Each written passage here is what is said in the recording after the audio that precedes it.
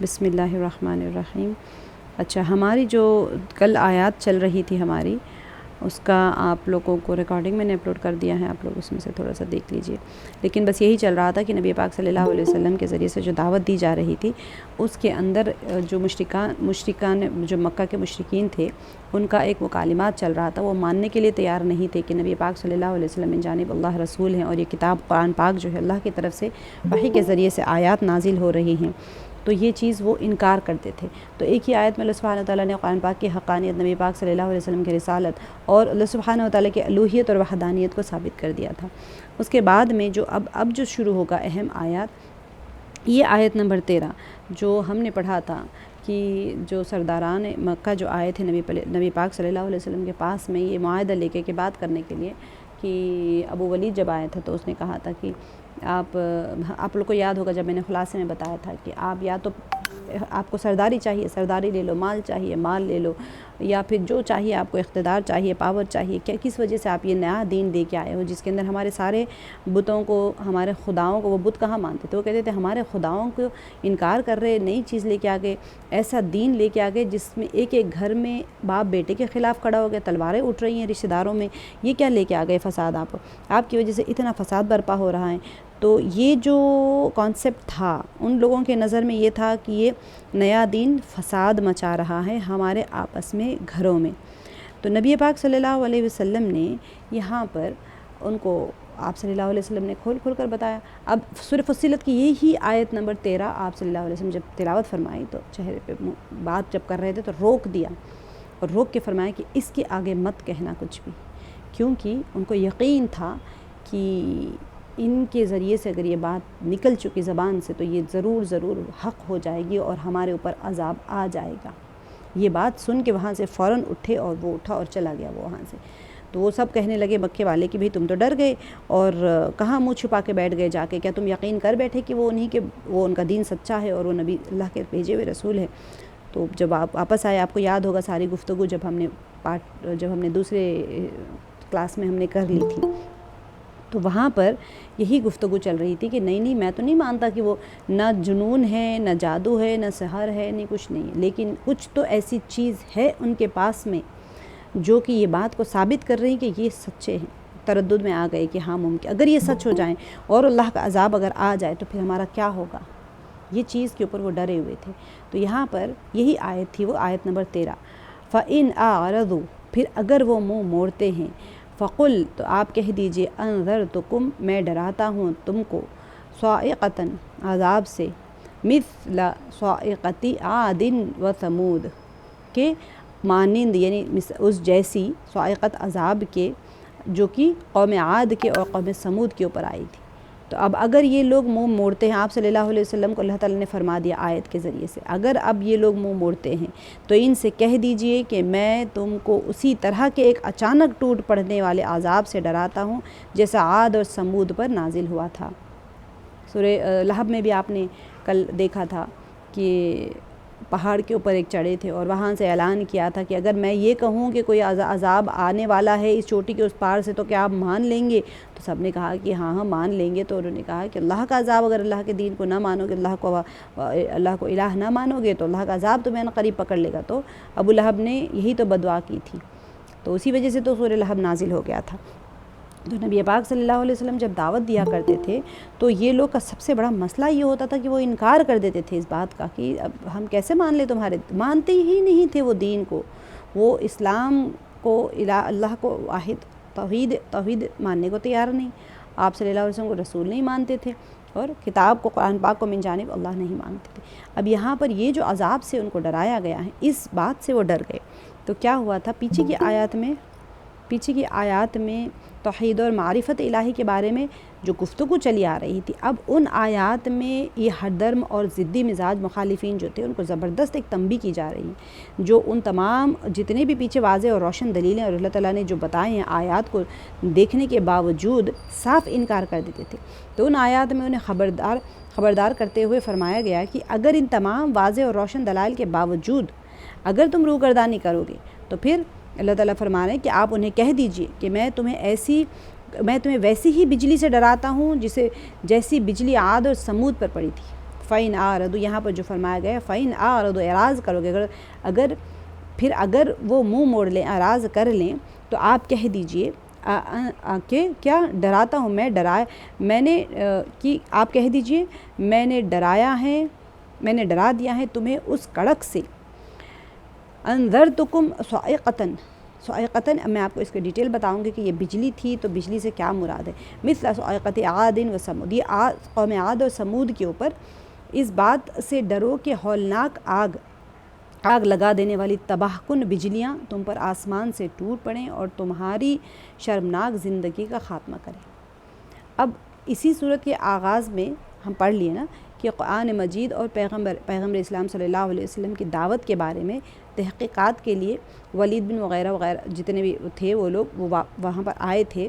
مشرکین مکہ کے کچھ سردار نبی پاک صلی اللہ علیہ وسلم کی خدمت میں پہنچے اور کچھ سوال کرتے تھے، انہوں نے کچھ سوال کیے تو آپ صلی اللہ علیہ وسلم ان کے سوالوں کا جواب دیتے ہوئے اس سورہ کی کچھ چند ابتدائی آیات کی تلاوت کی۔ جب اس آیت کے اوپر پہنچے، انہوں نے ان کے جو قوم تھے، قوم عاد اور قوم ثمود سے وہ واقف تھے کیونکہ وہیں عرب کے اطراف میں رہتے تھے۔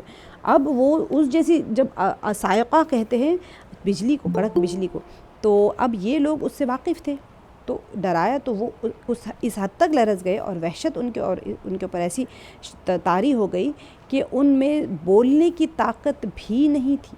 وہ اٹھ کھڑے ہوئے اور اپنے دوستوں کے پاس آ کر اپنی جو ایک کیفیت تھی، اضطرابی کیفیت ان کے اندر جو حاوی ہو گئی تھی، وہ اس کیفیت کو بیان کر رہے تھے۔ اب دیکھیں امام راغب رحمۃ اللہ علیہ مفردات جو میں ہمیشہ اس میں سے ڈکشنری ہے اس میں انہوں نے کیا لکھا، صاعقہ اس ہیبت ناک آواز کو کہتے ہیں جو آسمانی فضا میں پیدا ہوتی ہیں۔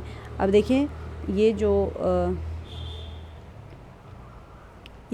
جو بجلیاں ہوتی ہیں نا، یہ صاعقہ بجلی کو کہتے ہیں۔ اصل میں تو ہم بجلی کو کہتے ہیں، لیکن عذاب جب ہوتا ہے تو آپ ایک بجلی سے نہیں کہہ سکتے اس کو۔ اب اس کے اندر آگ بھی، اب یہ تو بجلی دیکھیں آپ کتنی ایکسٹریم لائٹ ہے، آج تک کوئی ٹیکنالوجی بجلی کو کیچ کرنے کی نہیں بن پائی۔ یہ بڑے بڑے بلڈنگز کے اوپر گر کے اس کو راکھ کر دیتی ہیں، جلا دیتی ہیں، ختم کر دیتی ہیں۔ بادلوں کے ٹکرانے سے بجلی پیدا ہوتی ہیں، یہ تو سائنس کہتی ہیں، لیکن بجلی اپنے آپ میں پیدا ہوتی ہیں، اس کے بہت سارے وجوہات ہیں، اور اس قدر یہ بجلی آتی ہیں، اتنی تیز اور سخت ہوتی ہیں یہ بجلی کہ پھر ہر چیز کو نیست و نابود کر دیتی ہیں۔ لیکن اب مفردات میں امام راغب رحمۃ اللہ نے فرمایا صاعقہ، اب آپ صاعقہ ڈال کے دیکھ لیں، صاد الف عین قاف ہا، دو چشمے ہا کے اوپر جو تا کے نقطے ہوتے ہیں نا عربی میں، آپ کو بجلی آئے گی۔ عربی میں اس کو صاعقہ کو بجلی کہتے ہیں۔ وہ اس ہیبت ناک آواز کو کہتے ہیں جو آسمانی فضا میں پیدا ہوتی ہیں، جس میں آگ، ایک تو آگ ہے، موت یا عذاب بھی ہوتا ہے۔ یہ تین معنی انہوں نے دیے ہیں۔ یہی وجہ ہے کہ کبھی اس لفظ کا اطلاق موت پر بھی اور کبھی آگ پر بھی ہوتا ہے۔ ٹھیک ہے، آگے کی آیت میں آپ کو سمجھ آئے گا کہ اس سے کیوں آگ اور موت بھی مراد لیا جائے، حالانکہ صاعقہ کے مراد بجلی اور کڑک ہوتی ہیں۔ اور آج جتنے ہم دیکھ رہے ہیں سائنس کی، اس کی جتنی ہماری ریسرچ ہو رہی ہے، انوینٹریز ہو رہی، ڈسکوریز کر رہے ہیں، تحقیقات کے مطابق صاعقہ الیکٹریسٹی کے ایک عظیم انگارے کو کہتے ہیں۔ ٹھیک ہے، اب جو بادل کے ایک ہوتے ہیں نا آئونز جو ہوتے ہیں، پازیٹیو اینڈ نیگیٹو آئونز جو ہوتے ہیں، اور جو زمین کے جو نیگیٹو پولز ہوتے ہیں، بادلوں کے اندر وہ کہتے ہیں پازیٹیو پولز ہوتے ہیں، پازیٹیو آئونز ہوتے ہیں، اور زمین کی جتنے بھی نیگیٹو پولز ہوتے ہیں اس کی وجہ سے پیدا ہوتا ہے۔ اب ریسرچ کر کے آپ مجھے بتائیے گا کوئی لائٹننگ کیسے فارم ہوتی ہے، بادلوں کے اندر ہوتی ہیں یا پھر بادل جو ان لوگوں کا ہے کہ بادل کے پازیٹیو آئونز اور زمین کے نیگیٹو آئونز کو مل کے اس کی وجہ سے پیدا ہوتے ہیں۔ اور عام طور پر پہاڑوں کے جتنے بھی چوٹیاں ہوتی ہیں اس کے اوپر یا درختوں یا بلند جگہوں یا ہموار صحراؤں یا کوئی بیابانوں اور انسانوں اور حیوانوں پر گرتے ہیں، کسی کے اوپر بھی گر جاتے ہیں۔ اب کیسے گرتے ہیں، کہاں آ کر گرتے ہیں، وہ امپورٹنٹ ہے۔ دیکھیں بادل آسمان میں پازیٹیو اینڈ نیگیٹو آئونس ہوں گے بادلوں کے اندر، وہاں پر کڑک ہو ٹھیک ہے، لیکن زمین پہ کیوں آ کے گر رہے ہیں، یہ امپورٹنٹ ہے کہ وہاں تو ٹھیک ہے آسمان میں گرجتے رہے، زمین پر اس لیے آتے ہیں کہ زمین کے اندر جو نیگیٹو پولز ہوتے ہیں وہاں پر کوئی نہ کوئی چیز ہوتی ہے جو اٹریکٹ ہو جاتی ہیں بجلی وہاں پر اور آ کے اس کے اوپر گر جاتی ہے۔ تو یہ بجلی کی حرارت اس قدر زیادہ ہوتی، جو ٹیمپریچر ہوتا ہے اس کا، اور الیکٹریسٹی ہے نا ڈیفینیٹلی جلا دیتی ہے وہ چیز کو۔ اب حرارت تو کہہ رہے ہیں، حرارت کہتے ہیں گرمی کو، الیکٹریسٹی کے اندر گرمی بھی ہوتی ہے، کرنٹ ہوتا ہے نا، تو اس کی اتنی زیادہ وہ الیکٹریسٹی پاور ہوتی ہے اس کے اندر، جس چیز پر بھی گرتی ہیں اسے جلا کر ایک دم راکھ کر دیتے ہیں۔ انسانوں اور حیوانوں پر گرے تب بھی اس کو بھی ختم کر دیتی ہیں، اور جس چیز پر بھی گرتی ہیں تو اگر درخت کے اوپر گرے تو درخت ایک دم بھوسا ہو جاتا ہے، بالکل جل جاتا ہے، تو اس جگہ پر ایک ہیبتناک آواز اور زبردست ایک زلزلہ پیدا ہو جاتا ہے۔ جہاں بجلی گرتی ہے آپ کو پتہ ہو جاتا ہے ایک دم اتنی عجیب آواز آتی ہے۔ تو ہم جانتے ہیں کہ اللہ سبحانہ و تعالیٰ نے گزشتہ اقوام میں سے کچھ گروہوں کو اس کے ذریعے عذاب دیا، یعنی یہ جو صاعقہ ہے اس کے ذریعے سے عذاب دیا۔ اور پھر اب قابل توجہ بات یہ بھی ہے کہ جتنے موجودہ دور میں جتنی بھی سائنس کی تمام ترقیاں ہو چکی ہیں اس کے باوجود آج تک کوئی ایسا ذریعہ ایجاد نہیں ہوا، کوئی بھی ایسی چیز نہیں انوینٹ کر پائے یہ لوگ جس سے انسان یہ جو عظیم ایک ہم تو کہیں گے بلا ہے نا، لیکن بجلی ہے، ٹھیک ہے، اب اس سے پہلے روک دیں، یہ بجلی نازل ہونے سے پہلے اس کو روک دے، کوئی ایسا انسٹرومنٹ نہیں بنا ہے۔ آج کا انسان اس کے مقابلے سے عاجز ہے۔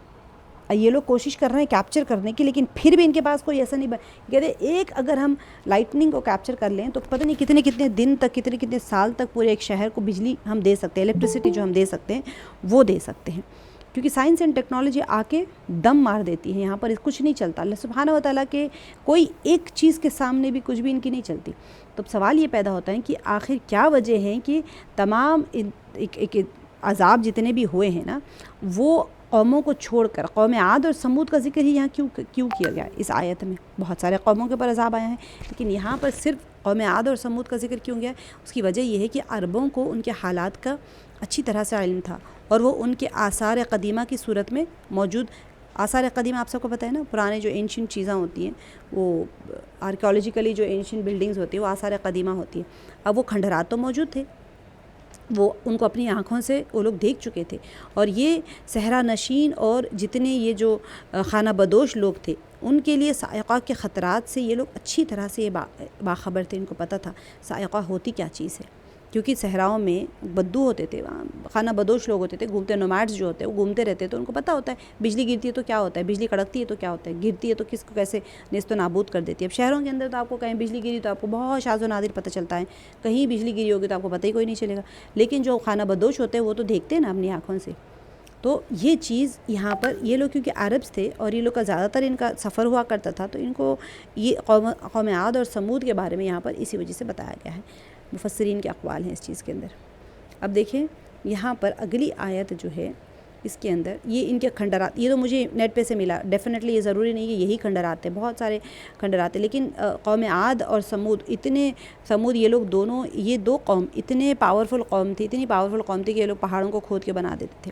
عربس کے اطراف میں ضائع ہو گئے، ان کے سارے کھنڈرات ہی موجود ہے، ممکن ہے کہ وہی ہے، بلکہ بہت سارے میں نے نیٹ کے اوپر دیکھا تھا، اس کے اندر جو ہمارے جو کرناٹکا وغیرہ میں کیلاش ٹیمپلز ہے وہ پہاڑوں میں کھود کے بنائے، اس کو بھی لوگوں نے ڈال دیا کہ یہ قوم عاد کی نشانیاں نہیں ہوتی ہیں، وہ یہاں کہاں ہے یہ قوم عاد کی، وہ تو عربس کے پاس ہے نا وہاں پر، تو لوگوں کو کیا ہوتا ہے پتھروں میں جو چیز بنی وہی ڈال دیتے ہیں، تو ویسے نہیں ہے، ان کے بھی کھنڈرات ہے، ممکن ہے کہ یہ ہے، ممکن ہے کہ کوئی اور ہو۔ آگے کی آیت دیکھیں، اذ جاءتہم الرسل من بین ایدیہم ومن خلفہم الا تعبدوا الا اللہ قالوا لو شاء ربنا لانزل ملائکۃ فانا بما ارسلتم بہ کافرون۔ ان کی ہر درمی کی انتہا ہے یہاں پر۔ اذ جاءتہم، جب آئے ان کے پاس، رسل، کئی رسول جمع ہوتی ہے رسول کی، رسول ایک، رسل جمع ہوتی ہے، تو جب آئے ان کے پاس میں کئی رسول آئے، من بین ایدیہم، ان کے آگے سے، ومن خلفہم، ان کے پیچھے سے، یعنی اتنے زیادہ آئے کہ آگے پیچھے سے مراد یہ نہیں کہ آگے سے کوئی آ رہے پیچھے سے آ رہے ہیں، مطلب پے در پہ آنے کو کہتے ہیں۔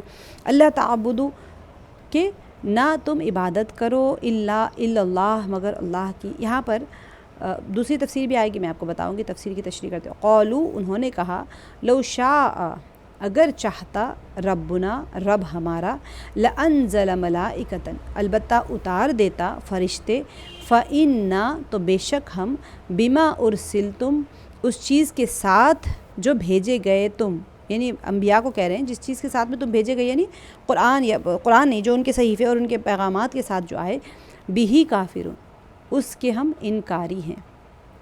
جب اللہ تعالیٰ نے رسول ان کے پاس، یعنی جو اللہ کے رسول ان کے پاس آ گئے اور پیچھے، آگے اور پیچھے ہر طرف سے آئے، اور انہوں نے سمجھایا کہ اللہ کے سوا کسی کی بندگی نہ کرو، تو انہوں نے کہا کہ ہمارا رب چاہتا تو فرشتے بھیجتا، لہٰذا ہم اس بات کو نہیں مانتے جس کے لیے تم بھیجے گئے۔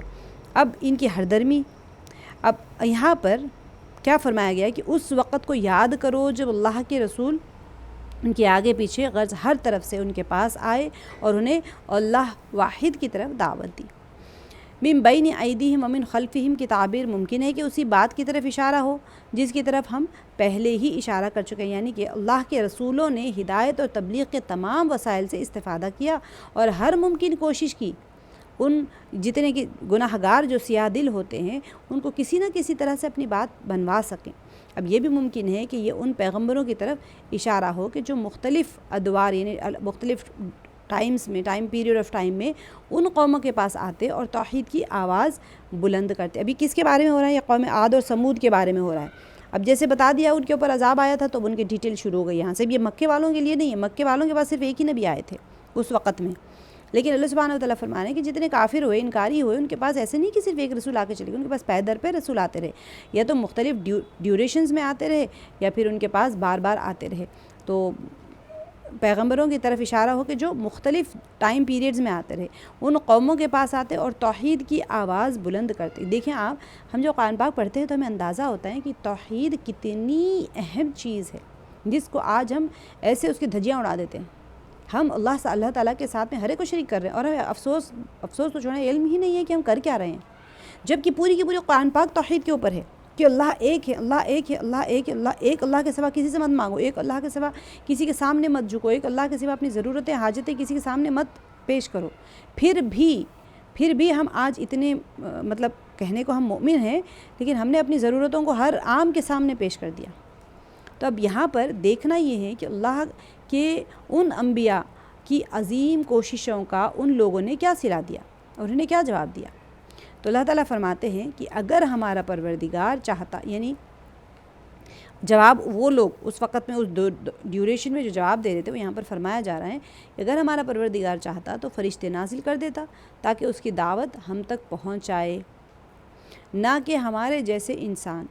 اب کتنی عجیب احمقانہ بات ہے کہ اذ جاءتهم الرسل من بین ایدیہم ومن خلفہم، پے در پہ بہت سارے رسول آتے رہے، اللہ تعبدوا الا اللہ، کہ نہ عبادت کرو تم اللہ کے سوا کسی کی۔ تو انہوں نے کیا کہا؟ قولوا، یہ جو جمع کا صیغہ ہے یہ مطلب کہ وہ اقوام جو ہوتے تھے وہ کہتے تھے لو شاء ربنا لانزل ملائکۃ، اگر ہمارا رب چاہتا تو ضرور نازل کر دیتا ہمارے پر فرشتوں کو، انسان کو کیوں ہمارے پاس میں بھیجا؟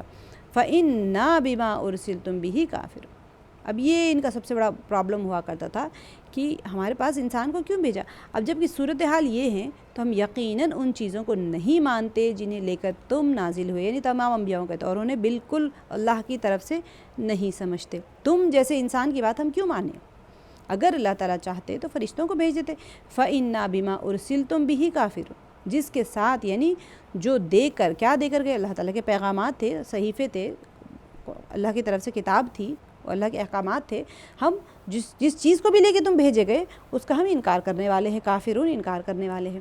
تو اب یہاں پر اس کا مقصد یہ نہیں ہے کہ تم تو اللہ کے رسول ہو لیکن ہم تمہاری رسالت کو نہیں مانتے، بلکہ مراد یہ ہے کہ تم سرے سے رسول ہی نہیں ہو اور رسالت کے بے بنیاد دعوے دار ہو، اسی لیے ہم تمہاری باتوں کو قطعاً نہیں مانتے، سرے سے مانتے ہی نہیں تھے یہ لوگ۔ تو اسی لیے ما ارسلتم بھی کا جملہ یا تو مذاق کی صورت میں ہے یا پھر یہ مقصود ہے کہ تم اپنے دعوے کے مطابق رسول ہو ہی نہیں، بس اس چیز کو وہ مانتے ہی نہیں تھے کہ رسول ہے ہی نہیں، تم جاؤ یا تو مذاق کریں گے یا پھر مانیں گے ہی نہیں۔ اب آگے کی جو آیت ہے اس کے اندر دیکھیں فَأَمَّا عَادٌ، اب یہاں پر پیچھے عاد اور سمود کو بتایا گیا، پھر ان کے پاس کیسے نبی آئے، اب قوم عاد کو بتایا جا رہا ہے، اس کے بعد میں قوم سمود کا ذکر آئے گا۔ فَأَمَّا عَادٌ، تو رہے عاد، فَاسْتَكْبَرُوا، بس انہوں نے تکبر۔ قوم عاد کے کون سے نبی آئے تھے ان کے پاس میں؟ قوم عاد کے پاس میں ہود علیہ السلام آئے تھے اور قوم سمود کے پاس صالح علیہ السلام آئے تھے۔ انشاءاللہ ہم جب قرآن فہمی کا کورس کریں گے نا تو قصص الانبیاء میں ہم کریں گے انشاءاللہ، ہر نبی کا تمام ڈیٹیلز ہم انشاءاللہ کریں گے۔ یہاں پر بھی جس سورہ میں آئے گا میں آپ لوگوں کو بتاتی جاؤں گی، لیکن اس میں انشاءاللہ ہم کافی ڈیٹیل میں ساری صورتوں کا کریں گے، سارے انبیاءوں کے واقعات کریں گے انشاءاللہ۔ نماز فہمی ہمارا ہونے کے بعد میں قصص الانبیاء ہی شروع ہوگا انشاءاللہ ہمارا۔ تو فَأَمَّا عَادٌ، تو رہے عاد، فَاسْتَكْبَرُوا، بس انہوں نے تکبر کیا. قوم عاد کے پاس ہود علیہ السلام آئے تھے, انہوں نے دعوت دی تو فاستکبروا, تو انہوں نے تکبر کیا, فی الارض, زمین میں, بغیر الحق, بغیر حق کے یعنی ناحق کے. وقالوا, اور انہوں نے کہا, من اشد منا, من کون, اشد زیادہ شدید ہو سکتا ہے, منا ہم سے, قوتاً قوت میں, اولم یرو کیا نہیں انہوں نے دیکھا, ان اللہ بے شک اللہ تعالیٰ, الذی خلقہم, آپ دیکھیں خلقکم آتا ہے, یہاں پر خلقہم آیا, وہ ذات ہیں جس نے پیدا کیا ان کو. خلقکم اگر کہیں تو تم کو آئے گا, کم کی ضمیر. اب آپ لوگ تھوڑا تھوڑا ضمائر کو بھی سیکھنا شروع کریں, اس میں بھی آپ کو کافی مدد ہو جائے گی. ہم جب کہیں تو جمع کا صیغہ ہے, غائب کا ہے, first person, second person, third person آتا ہے. فرسٹ پرسن مخاطب کا متکلم ہوتا ہے, سیکنڈ پرسن مخاطب ہوتا ہے, تھرڈ پرسن غائب ہوتا ہے, کوئی تیسرے بندے کے بارے میں. آئی وی یو ہم کرتے ہیں نا, آئی یو, آئی کہہ رہے ہیں, آئی یا می کہہ لو, ٹھیک ہے. اب پھر میں آپ کو بتاتی جاؤں گی آہستہ آہستہ کہ ہی شی اٹ جب آئے گا تو ان کے بارے میں کیسا کہے گا, یو آئے گا تو اس کے لیے کیا کہا جائے گا. اور یہاں پر ہم کی جب ضمیر آ رہی ہے, خلقہم پیدا کیا ان کو, خلقکم پیدا کیا تم کو, تو یہ ہم کی ضمیر آتی ہے تھرڈ پرسن کے لیے. ہوا یہاں پر جیسے ہم ہے ویسے ہی ہوا ہے وہ, ہوا ہم, ہوا ہما ہم, ٹھیک ہے, ہوا وہ, ہما وہ دونوں, ہم وہ سب. اشد شدید ہیں, تو اللہ تعالیٰ کیا فرمائے, ان اللہ الذی, بے شک اللہ تعالیٰ وہ ذات ہے جس نے پیدا کیا ان کو, وہ زیادہ شدید ہیں, ہوا اشد منہم, ان سے, قوتاً قوت میں. اب دیکھیں یہاں پر ضمیریں تو ایک ہی آ رہی ہیں لیکن کس کی طرف لوٹ رہی ہے وہ امپورٹنٹ ہے, ٹھیک ہے. پیدا کیا اللہ تعالیٰ نے ان تمام اقوام کو, قوم عاد کو سمجھ لیں, وہ سے مراد کون ہے یہاں پر, اللہ تعالیٰ ہے. ہوا وہ, اشد زیادہ شدید ہیں, منہم ان سے یعنی قوم عاد سے, قوتاً قوت میں. وکانو اور تھے وہ, یہ کون تھے, قوم عاد, بآیاتنا ہماری آیات کا, یجحدون وہ انکار کرتے تھے. اب آپ محاورہ دیکھیں, عاد کا حال یہ تھا, قوم عاد کا حال یہ تھا کہ وہ زمین میں کسی حق کے بغیر بڑے بن بیٹھے اور کہنے لگے کون ہے ہم سے زیادہ زوراور. ان کو یہ نہ سوچا کہ جس خدا نے ان کو پیدا کیا ہے وہ ان سے زیادہ زوراور ہیں, وہ ہماری آیات کا انکار ہی کرتے ہیں. اب یہاں پر قرآن مجید اپنی روشنی کے اپنی ایک قرآن مجید کی آیات کی روشنی میں ایک چیز کو اللہ تعالیٰ ظاہر کرتے ہیں, اور پھر اللہ سبحانہ وتعالیٰ کی ایک سنت چلتی رہتی ہے. اب اس سنت کے مطابق قوم عاد سمود کے بارے میں یہاں پر پہلے تو اجمالی ذکر آ گیا, ایک جنرل کہہ دیا, اس کے بعد میں تفصیل سے یہاں پر گفتگو ہو رہی ہے. اب ان کی تفصیل سے گفتگو فرماتے ہیں کہ قوم عاد نے بہر صورت زمین میں تکبر کیا, ان متکبر ہو گیا انسان. ہم نے پہلے کیا تھا کہ تکبر کب کرتا ہے انسان, اس سے پہلے جو نے کیا تھا سورہ مؤمن, اس میں کیا تھا,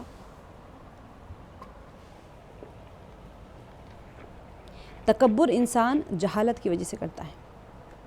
علم نہیں ہے تو جہالت بڑھ جاتی ہے, جہالت بڑھ جاتی ہے تو تکبر کرتا ہے, تکبر کرتا ہے تو پھر نافرمانی, سرکشی اور ہر درمی پہ اتر آتا ہے. تو اس کے لیے کیا تھا علاج, اللہ تعالیٰ نے کیا بتایا, علم حاصل کرتا ہے. علم سے انسان میں عاجزی آ جاتی ہے, جب عاجزی آتی ہے تو رب کو پہچانتے ہیں, معرفت آ جاتی ہے, معرفت آتی ہے تو پتہ چل جاتا ہے کہ اللہ بہت بڑے ہیں. جب اب اللہ کی بڑائی جب اس کے سامنے ظاہر ہو جاتی ہے تو اپنے آپ کو دیکھتا ہے کہ میں کیا ہوں, اللہ اتنے بڑے, اللہ نے کائنات کو بنائی ہے. جب علم حاصل کرنا شروع کرتا ہے تو اس کو پتہ چل جاتا ہے کہ زمین, آسمان, سورج, چاند, ستارے اتنے بڑے بڑے, میں تو حقیر فقیر کچھ نہیں ہوں, میری ذات کیا, میری اوقات کیا. تو اس وقت اس کا تکبر ختم ہو جاتا ہے. اب یہ جہالت کی وجہ سے ان کے اندر جتنا علم ہے, پروبیبل فراگ جیسے کہتے ہیں نا, انڈے میں کی زردی ہے, مینڈک, وہ جو کنویں کا مینڈک, میں جہاں ہوں میں ہی سب سے بڑا ہوں, اس نے دیکھا ہی نہیں باہر کیا ہو رہا ہے. تو اسی وجہ سے وہ تکبر کرنے لگے.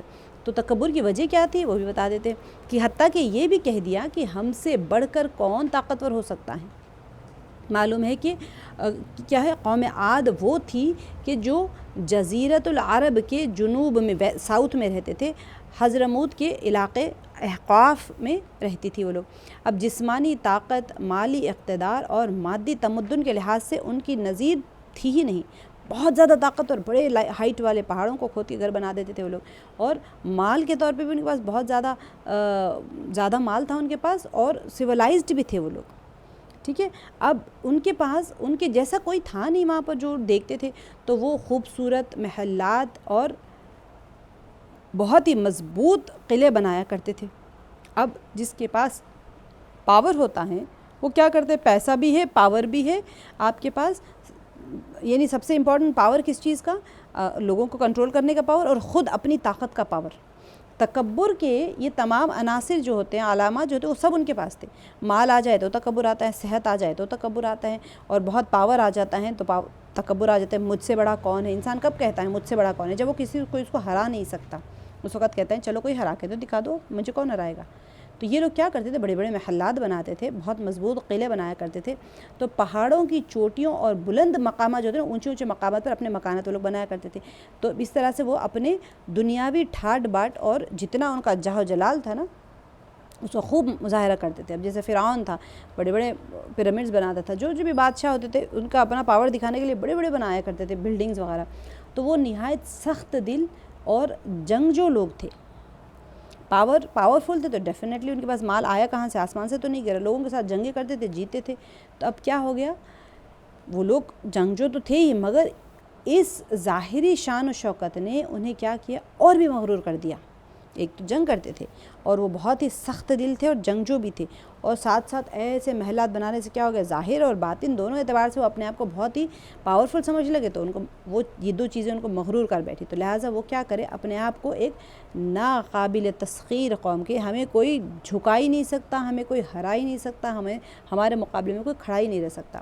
سب کو ہراتے تھے، تو اب تکبر آ گیا کہ ہمیں کون ہرا سکتا، اور سب سے برتر اور بالا جو ایک ملت اپنے آپ کو سمجھنے لگے کہ ہماری کمیونٹی سب سے اسٹرانگ ہے۔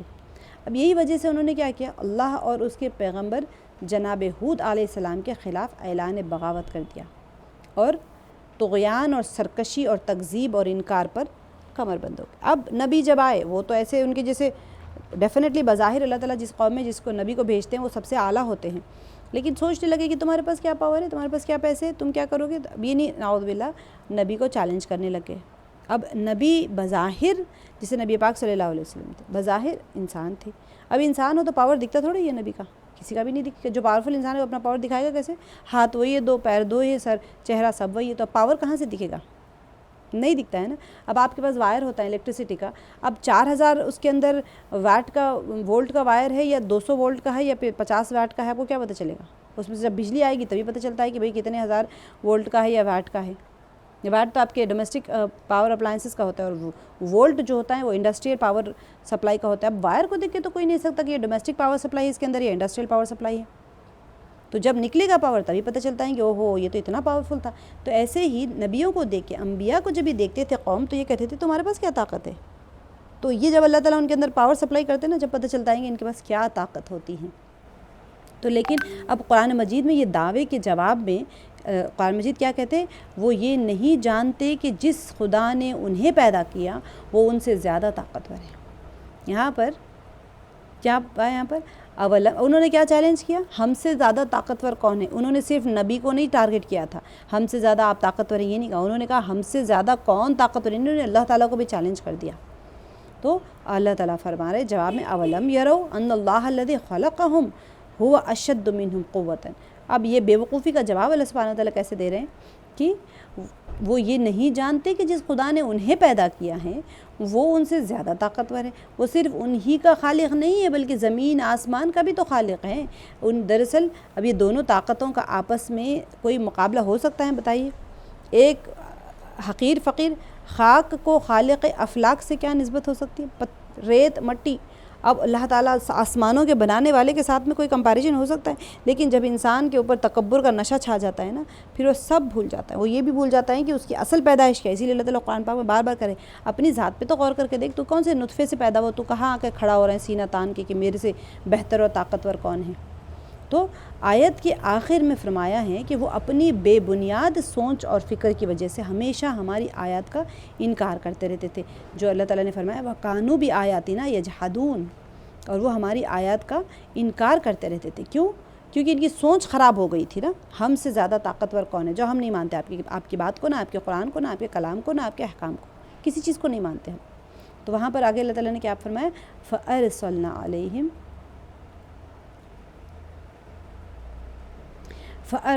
عَلَيْهِمْ، تو بھیجا ہم نے ان پر ریحن، ایک ہوا کو،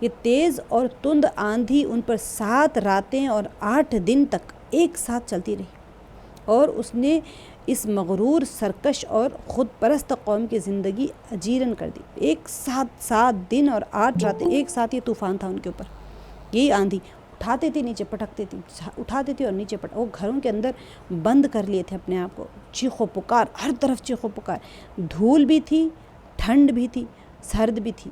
عجیب ایک اللہ کا جب عذاب آتا ہے تو نارمل چیزوں سے بالکل مختلف ہوتا ہے، اور پھر اس کو ہمیشہ ہمیشہ کے لیے 7 دن اور 8 راتوں تک چلتی رہی۔ اس نے اس مغرور، سرکش اور یہ جو اپنے آپ کو پسند کرنے، خود پرست جو قوم تھی، ان کی زندگی کو اللہ تعالیٰ نے ان کی زندگی کو اس عذاب کے ذریعے سے اجیرن کر دیا، اور پھر اس کو ہمیشہ ہمیشہ کے لیے خاتمہ کر دیا۔ اور کیا ہو گیا؟ پرشکوہ محلات، بڑے زیادہ یہ لوگ اپنے آپ پہ غرور کرتے تھے نا، اور جتنے محلات بنائے تھے، جتنے قصر کہتے ہیں، محل کو ہی قصر کہتے ہیں، بڑے محلات، چھوٹے محلات، اس کے چند گھنٹوں اور سب ختم کر دیا اللہ تعالیٰ نے، اور اس کو کیا محلات کو کھنڈروں میں تبدیل ہو گئی، اور خوشحال زندگی اور مال و دولت کے نشان کے علاوہ اور کچھ نہیں چھوڑا۔ یعنی کھنڈرات جو تھے اس کو دیکھ کے کوئی کہہ سکتا تھا کہ یہاں پر بہت پیسے والے لوگ تھے، بہت خوشحال تھے ہوں گے، مگر اب کھنڈر بن گئے۔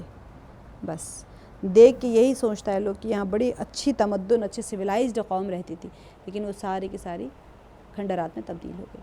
تو آیت کے آخر میں فرمایا ہے کہ یہ تو دنیاوی عذاب ہیں، لیکن آخرت کا عذاب تو اس سے بھی زیادہ رسوا کن ہوگا۔ یہاں پر جو اللہ تعالیٰ نے فرما دیا وَلَعَذَابُ الْآخِرَةِ أَخْزَىٰ وَهُمْ لَا يُنصَرُونَ، اخزا یعنی کہ زیادہ رسوا کرنے والا ہے۔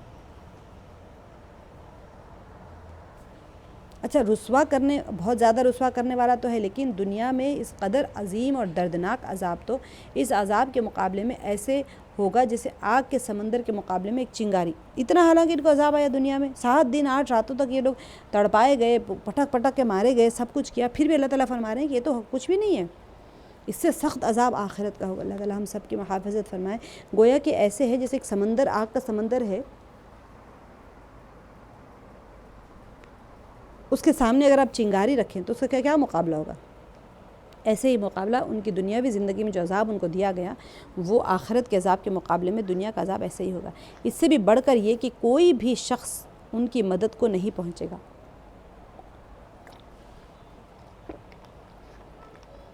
اور کہیں سے بھی ان کی مدد نہیں کی جائے گی۔ وَهُمْ لَا يُنصَرُونَ، مجھول کا صیغہ ہے، نہیں مدد کیے جائیں گے وہ لوگ۔ اللہ اکبر کبیرہ۔ یعنی وہ ساری زندگی اس بات کی کوشش کرتے رہے کہ اپنے آپ کو بڑا بنا کر دنیا کے سامنے پیش کریں، لیکن اللہ سبحانہ و تعالیٰ نے بھی عذاب کے وقت انہیں اس دنیا میں رسوا کن اور ذلیل کرنے والی سزا سے دوچار کر دیا، اور آخرت میں ان کے لیے زبردست عذاب مہیا کریں گے۔ اللہ تعالیٰ نے تیار کر کے رکھا ہوا ہے تاکہ ایسے مغرور اور سرکش افراد کو دنیا اور آخرت میں رسوا کرے۔ اللہ تعالیٰ ہم سب کی محافظت فرمائے۔ دیکھیں یہاں پر جو آیا ہے نا، سر بروزن دفتر، اصل میں سر بروزن شر کے ہے، اس شر کے مادے سے ہیں، جس کا معنی ہے اچھی طرح باندھ دینا، ٹھیک ہے؟ اس لیے جس تھیلی میں رقم ڈال کر اس کا منہ کو اچھی طرح باندھ دیتے ہیں نا، اسے سرح کہتے ہیں، بروزن ترح۔ یہ گرامر پوائنٹ ہے لیکن سمجھنے کی کوشش کریں۔ کہتے ہیں کہ اب اس کا جو اطلاق ہے زبردست یا سرد، اس کے اوپر بھی ہونے لگا بعد میں جا کے، باندھنے کے لیے تو کوئی چیز تھا، لیکن بعد میں نے جیسے آپ کو بتایا عرف میں الفاظ کے تبدیلی کے ساتھ میں بہت ساری چیزوں کے معنی بھی بدلتے چلے جاتے ہیں، اب عرف پہ استعمال ہونا شروع ہو جاتے ہیں، یعنی کامنلی آپ جیسے کہتے ہیں، تو اس کو بعد میں کیسے چیخنے چلانے والی کے اوپر استعمال کرنے، وہ ورڈ کے لیے استعمال کرنے لگے سر کو۔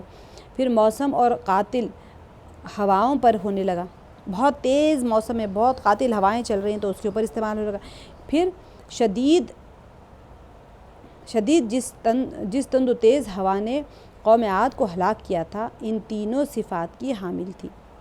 چیخنے چلانے والی ہوا میں بھی ایسی چیخ و پکار تھی۔ رات کے وقت دیکھیں سناٹے میں جب تیز ہوا چلتی تو کیسے آوازیں آتی ہے، ایسے لگتا ہے کوئی چیخ رہا ہے۔ اور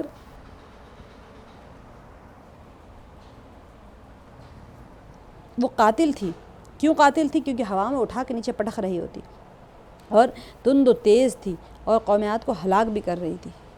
تو اب یہاں پر حضرت علی کرم اللہ وجہ کا ایک قول مبارک ہے کہ اس دنیا میں ان لوگوں کے حال سے نصیحت حاصل کرو جو کہتے تھے کہ ہم سے بڑھ کر کون طاقتور ہو سکتا ہے، یعنی قوم عاد اور قوم سمود کے بارے میں۔ اب حضرت علی کرم اللہ وجہ نے فرمایا کہ لیکن انہی کو ان کے قبور کی طرف اس وقت لے جایا گیا جب کہ ان کا اپنا کوئی بس نہیں چلتا تھا،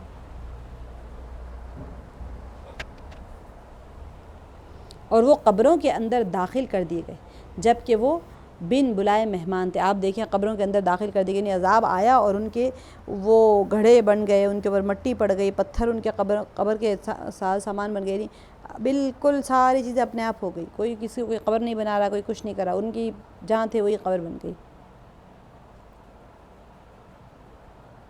اور پتھر یہاں پر بن بلائے مہمان تھے اور پتھروں کے دل میں ان کے لیے قبریں تیار کی گئی ہیں، اور پھر مٹی کے کفن بنے اور گلی سڑی ہڈیاں ان کے ہمسائے تھے۔ اللہ تعالیٰ ہم سب کی حفاظت فرمائے۔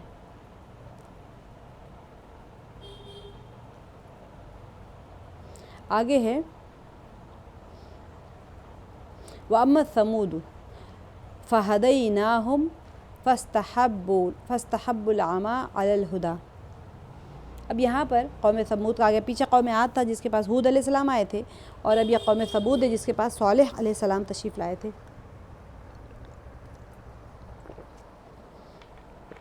اور رہے سمود، فہدیناہم تو ہم نے ہدایت دی ان کو، فاستحبوا تو انہوں نے ترجیح دی کس چیز کو، العمیٰ اندھے پن کو، علی الہدیٰ ہدایت پر، یعنی انہوں نے گمراہی کو اختیار کر لیا ہدایت پر۔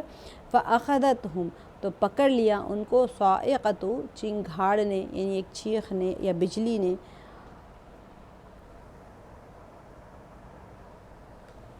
صاعقۃ العذاب عذاب الہون، یعنی ایک چنگھاڑ نے عذاب کی، رسوا کن یا ذلت کے، بما کانوا یکسبون بوجہ اس کے جو تھے وہ کمائی کرتے، یعنی انہیں جو کمائی کی اس کے بدلے میں ان کو کیا ہوا، عذاب نے پکڑ لیا۔ رہے سمود تو ان کے سامنے ہم نے راہ راست پیش کی، مگر انہوں نے راستہ دیکھنے کے بجائے اندھا بنا رہنا پسند کیا، آخر ان کے کرتوتوں کی بدولت ذلت کا عذاب ان پر ٹوٹ پڑا۔ یہاں پر اب دیکھیں سرکش قوم سمود کا انجام یہاں پر بیان کیا جا رہا ہے اس آیت میں۔ گزشتہ آیات میں قوم عاد کے بارے میں ایک تفصیلی گفتگو تھی، اب یہ زیر نظر آیت میں قوم سمود کے بارے میں گفتگو ہو رہی ہے۔ ارشاد ہو رہا ہے کہ رہے سمود تو ہم نے انہیں ہدایت کی، یعنی اپنے پیغمبر صالح علیہ السلام کو واضح دلائل دے کر ان کی طرف بھیجے گئے۔ قوم سمود کے پاس صالح علیہ السلام آئے تھے، اور قوم عاد کے پاس میں ہود علیہ السلام آئے تھے، مگر انہوں نے کیا کیا، نابینائی اور گمراہی کو ہدایت پر ترجیح دی تھی، اسی لیے رسوا کن عذاب یعنی صاعقہ نے ان کی بدعمالیوں کی وجہ سے ان کو اپنی گرفت میں لے لیا۔ فأخذتهم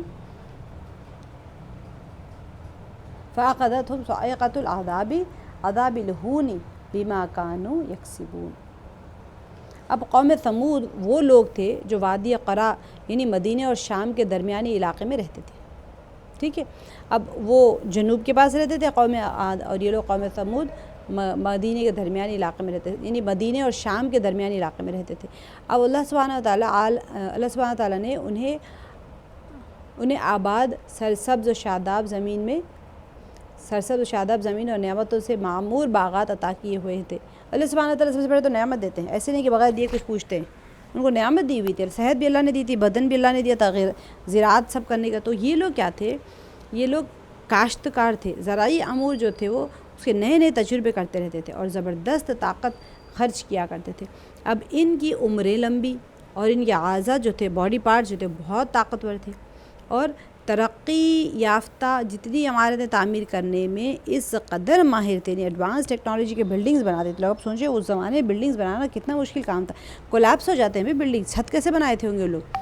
تو پھر اس قدر ماہر تھے کہ اللہ سبحانہ وتعالیٰ سورہ حجر میں آیت نمبر 86 میں فرماتے ہیں، وہ پہاڑوں کے دل میں محفوظ مکان تعمیر کیا کرتے تھے۔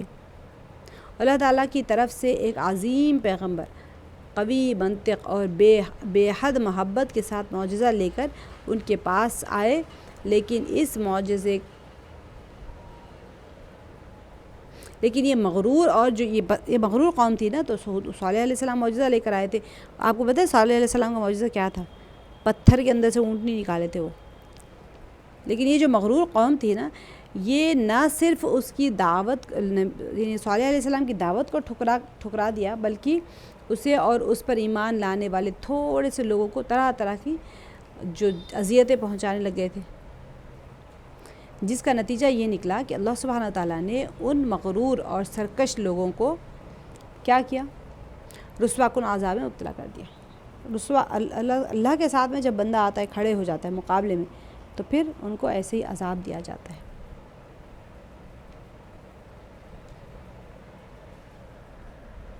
اب یہ آیت جو ہے، اس کے اندر عذاب کو صاعقہ سے تعبیر کیا گیا ہے. ممکن ہے اب یہ کہ ان تعبیرات میں تضاد آ جاتا ہے، یعنی کانفلکٹ آ جاتا ہے، لیکن اگر تھوڑا سا غور و فکر کیا جائے تو معلوم ہوگا کہ اب یہاں پر جو فرمایا گیا ہے وہ ان کو عذاب کس طرح سے دیا جاتا تھا، اس میں تھوڑا سا ڈفرینس آ جاتا ہے. تو اب یہاں صاعقہ سے بجلی مراد لی گئی تھی، تو یہاں پر ہوا ہے، یہاں پر اس کے بعد اس کے اندر جو آیا وہ بھی ایک چیخ ہی ہے، لیکن ذلیل کرنے والے عذاب کی کڑک یہاں پر یہ کیا گیا ہے. تو اب اصل میں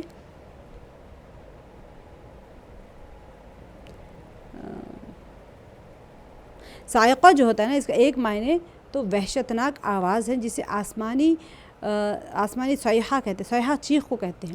ٹھیک ہے، تو اب یہ ایک وحشتناک آواز ہے، یعنی چیخ سے بھی تعبیر کیا جا سکتا ہے. اور ہم نے پیچھے پڑھ لیا کہ آگ ہے، پھر موت بھی ہے، اور بجلی بھی جو ہوتی ہے وہ ہے. اب یہ بھسم بھی کر دینے والی آگ بھی اس کی ہمراہ ہوتی ہیں، جو اس کے اور ایک میننگ ہم نے مفردات کے ابھی میں نے آپ کو بتایا تھا. اور یہی جس زمین پر گرتی ہے وہی پر زلزلے کی شدید جھٹکے پیدا ہوتے ہیں. ٹھیک ہے، اور یہ تباہی اور بربادی کا ایک اہم ذریعہ بنتی ہے، ایک اہم ذریعہ ہے باقاعدہ. تو یہ صاعقہ جو ہے قوم عاد پر بھی ایک ہی تھا، قوم سمود پر بھی الگ الگ. ممکن ہے کہ قوم عاد پر جب آیا تھا تو ہوا تند و تیز ہوا 7 دن تک چلتی رہی ہوگی، اس کے بعد ان کے اوپر بجلی گری اور وہ سب ختم ہو گئے. یا پھر یہاں پر بھی ایسے ہی ممکن ہے کہ کس طرح سے ان کے اوپر عذاب آتا تھا، لیکن فائنلی جو ان کو ہوتا تھا وہ آگ اور بجلی اور ہوا سب اکٹھا ہوتی تھی. تو قرآن مجید کی بلاغت اس بات کا موجب ہے کہ وہ ایک ہی عذاب کے مختلف پہلوؤں کو مختلف آیات میں مختلف تعبیرات کے ساتھ میں پیش کرتے ہیں. الگ الگ سب چیزیں الگ الگ ہے، حالات الگ ہے، عذاب الگ ہے، جتنی تمام چیزیں تعبیرات الگ ہے، سب کچھ الگ الگ ہے. ٹھیک ہے، اس کے ساتھ اب یہاں پر انسانی جو ذات ہوتی ہے نا، انسانی ذات میں اس کا زیادہ سے زیادہ اثر ہو. اب دراصل کیا ہوتا ہے، لوگ جن کے اوپر عذاب واقع ہوتا ہے نا، وہ لوگ کس وجہ سے ان کے اوپر عذاب آیا تھا؟ متکبر ہو گئے تھے. اور اللہ سبحانہ وتعالیٰ نے عذاب کیسے بھیجا؟ ایک چیخ سے، ایک ہوا سے. کوئی بڑی چیز نہیں، کوئی لشکروں کو بھیجنے کے لیے اللہ تعالیٰ فرماتے ہیں نا، ہمیں کافروں کو ختم کرنے کے لیے کوئی لشکروں کو بھیجنے کی ضرورت ہی نہیں، ایک چیخ کافی ہے ہماری. ایک وہ جو زلزلے کی طرح وہ سارا کچھ درہم برہم کر دیتی ہے نا، وہی ایک چیخ کافی ہوتے ہیں. سب کے سب عذاب اور ہلاکت کا ایک مؤثر عامل ہوتے ہیں. جتنے بھی چیخ ہو، چاہے آگ ہو، چاہے بجلی ہو، چاہے کچھ بھی ہو، سب کے سب عذاب ہی ہوتے ہیں ایک شکل کے. اچھا، ہمارا ٹائم 12 بجے ہے. ایک آیت کر لیتے ہیں. وَنَجَّيْنَا، یہ آیت کے ساتھ میں ان کا ختم ہو جاتا ہے یہ قوم عاد اور ثمود کا. وَنَجَّيْنَا الَّذِينَ آمَنُوا وَكَانُوا يَتَّقُونَ. اب اور نجات دی ہم نے ان لوگوں کو جو ایمان لائے اور تھے وہ متقی، یعنی تقوی اختیار کرنے والے. اب یہ لوگ کون تھے؟ قوم عاد اور قوم ثمود جب دین کی دعوت دیتے تھے تو ان کی باتوں کو کوئی مانتے بھی تھے نا. تو لیکن تھوڑے سے لوگ صحیح، کچھ افراد حضرت صالح علیہ السلام پر ایمان تو ضرور لائے تھے. لہٰذا ممکن ہے کہ کچھ لوگ یہاں پر سوال کریں کہ اس مختصر سے گروہ کا اس وحشتناک عذاب کے موقع پر کیا بنا؟ بچے یا نہیں بچے؟ تو وہ بھی دوسروں کی آگ میں جل کر راکھ ہو گئے. تو قرآن مجید بعد کی آیت میں ارشاد فرماتا ہے کہ جو لوگ ایمان لے آئے اور انہوں نے تقوی اختیار کیا، ہم نے انہیں نجات عطا فرمائی. تو الحمدللہ اللہ سبحانہ وتعالیٰ نے، ہم نے جب موسیٰ علیہ السلام کا واقعہ پڑھا تھا تب بھی آپ کو یاد ہوگا، موسیٰ علیہ السلام کو جو مرد مومن تھے اللہ سبحانہ وتعالیٰ نے ان کو سیف ایگزٹ دے دی تھی. وہ بچ گئے تھے، جا کے غار میں چھپ گئے تھے، اور پھر موسیٰ علیہ السلام کے ساتھ میں وہ پار کر کے چلے گئے تھے دریا. تو جو لوگ ایمان لے آتے ہیں، ہم بار بار پڑھتے ہیں، ایمان لانے والوں کے ساتھ اللہ سبحانہ و تعالیٰ ہوتے ہیں، اللہ تعالیٰ ان کی مدد کرتے ہیں، وَكَانُوا يَتَّقُونَ تقوی اختیار کرتے ہیں جو لوگ، ان کی اللہ تعالیٰ کی مدد ان کے ساتھ میں شامل حال ہوتی ہیں، ہر حال میں شامل حال ہوتی ہے۔ تو ان لوگوں کو تو ان کے ایمان اور تقوی کی وجہ سے نجات دی، اور اس سرکش گروہ کو ان کے کفر اور بدعمالیوں کی وجہ سے عذاب میں مبتلا کر دیا۔ ان میں سے ہر گروہ اس امت کے افراد کے لیے ایک نمونہ اور اسوہ بن سکتا ہے، ٹھیک ہے۔ تو بعض مفسرین کہتے ہیں کہ اتنی بڑی تعداد میں افراد کی موجودگی کے باوجود جناب صالح علیہ السلام پر صرف 110 افراد ایمان لے آئے، اور اللہ سبحانہ و تعالیٰ نے بھی بر وقت ان ایمانداروں کی اور متقی لوگوں کو نجات عطا فرما دی۔ یہ نہیں کہ پورے کے پورے ختم ہو گئے اس آگ میں، بلکہ جو متقی پرہیزگار تھے اللہ سبحانہ و تعالیٰ نے ان کو نجات دے دی۔ اب ہمارا کلاس کا ٹائم ہو گیا ہے، میں سوچ رہی تھی، اور ایک چھوٹی سی آیت کر لیں گے اس کے آگے کی بھی۔ وَيَوْمَ يُحْشَرُ أَعْدَاءُ اللَّهِ إِلَى النَّارِ فَهُمْ يُوزَعُونَ۔ اب دیکھیں، اور جس دن اکٹھے کیے جائیں گے دشمن اللہ کی طرف آگ کی تو وہ جمع کیے جائیں۔ اب دیکھیں اصل کیا ہوتا ہے، یوم یحشر، اب دنیا کا عذاب تو ان کو مل گیا، اور ذرا اس وقت کا خیال کرو، یوم یحشر جمع کیے جائیں گے اکٹھا، روز محشر کو ہم یہی کہتے ہیں نا، محشرین جمع کیے جانے کی جگہ۔ اعداء اللہ، دشمن اللہ کے دشمن، جنہوں نے اللہ کے ساتھ دشمنی اختیار کی۔ اللہ سے کون دشمنی اختیار کر سکتا ہے؟ اللہ کے ساتھ تو کوئی دشمنی کر ہی نہیں سکتا، اپنے برابری کے ساتھ دشمنی نہیں سکتا، اللہ کے ساتھ کیسے دشمنی ہوگی؟ لیکن اللہ کے ساتھ دشمنی سے مراد یہ ہے کہ اللہ تعالیٰ کے بتائے ہوئے احکامات کو نہ ماننا، سرکشی کرنا، ہر درمی کرنا، اور لوگوں کو اللہ کے راستے میں جانے سے روکنا، یہ اللہ کے ساتھ دشمنی، گویا کہ اللہ کے دین کے ساتھ دشمنی، اور اللہ کے دین پر عمل کرنے والوں کے ساتھ جو دشمنی کرتا ہے گویا کہ اس نے اللہ کے ساتھ دشمنی کی۔ تو یہاں پر اعداء اللہ الی النار، دوزخ کی طرف جس دن اکٹھے کیے جائیں گے دشمن، الی النار فہم یوزعون، تو وہ جمع کیے جائیں گے، یعنی ان کے اگلوں اور پچھلوں کے آنے تک روک رکھا جائے گا۔ اب وہاں پر سب کے سب پہلے محشر میں جمع ہوں گے، پھر سب کے سب اکٹھا کر کے جہنم میں پھینکے جائیں گے، کیونکہ تمہارے معبودان کہاں ہیں، چلو لے کے آؤ، جس کی تم عبادت کیا کرتے تھے دنیا میں، بڑا اللہ کے ساتھ سرکشی کرتے تھے، ہمارے معبود ہیں سب، چلو سب جمع ہو، پھر سب کو اکٹھا کر کے جہنم میں پھینکے۔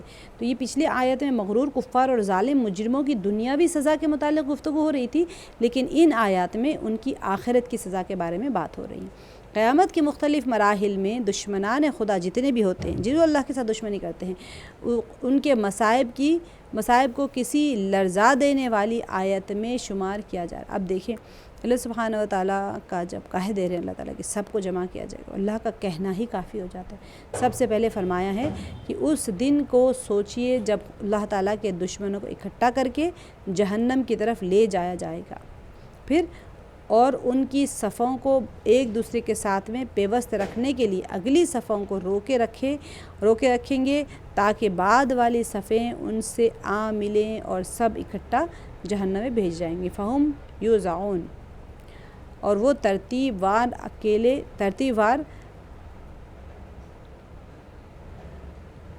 اب وہ لوگ کو سب، یعنی یوزعون، ان کو جمع کیا جائے گا، جمع کر کے پھر ان کو لے کے جایا جائے گا جہنم کی طرف میں۔